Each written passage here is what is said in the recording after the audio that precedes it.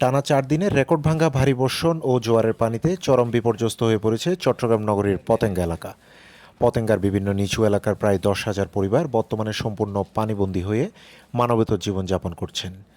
এমন ভয়াবহ পরিস্থিতিতে বন্যা কবলিত অসহায় মানুষের পাশে দাঁড়িয়েছে বাংলাদেশ জাতীয়তাবাদী কৃষক দল।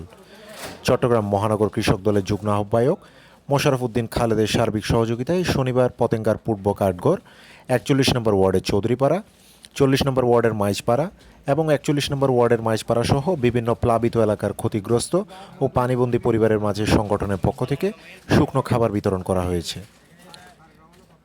পাশাপাশি প্রতিবছর বর্ষা এলেই পতেঙ্গাবাসীর এই চরম দুর্ভোগের কথা স্মরণ করিয়ে দিয়ে নেতৃবৃন্দ ও স্থানীয় বাসিন্দারা পতেঙ্গার দীর্ঘদিনের এই স্থায়ী জলাবদ্ধতা সমস্যার সমাধানে চট্টগ্রাম সিটি কর্পোরেশন ও সিডিএ সহ সংশ্লিষ্ট সকল কর্তৃপক্ষকে কার্যকর ও টেকসই পদক্ষেপ গ্রহণের জোর দাবি জানান।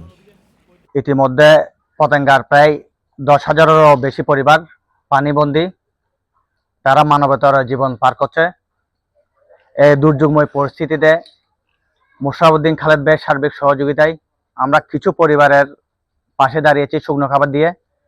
আমাদের সব মাঝে যারা বিত্তমান রয়েছেন তাদের প্রতি আমাদের আহ্বান জানাবো, তারাও যাতে আমাদের পতেঙ্গার যারা ক্ষতিগ্রস্ত মানুষ আছে তাদের পাশে দাঁড়ায়। আমাদের এমন এমন এলাকা আছে যেখানে এখনো ওরা কোনো সহযোগিতা পায় না, এমন এমন পরিবার আছে এখনো যারা 3-4 দিন যাবত কোনো রান্না বান্না করতে পারতেছে না। আমি একটা পরিবারের সাথে কথা বলেছিলাম, ওরা 4 দিন যাবত 4-5টা বাচ্চা নিয়ে তারা খাটাল খেয়ে জীবনযাপন পার করছে। তারা আপনাদের প্রতি আমার আহ্বান, আমার ভিডিওতে যারা দেখবেন আমার আহ্বান থাকবে তারা তাদের পাশে যাতে আপনারা দেন।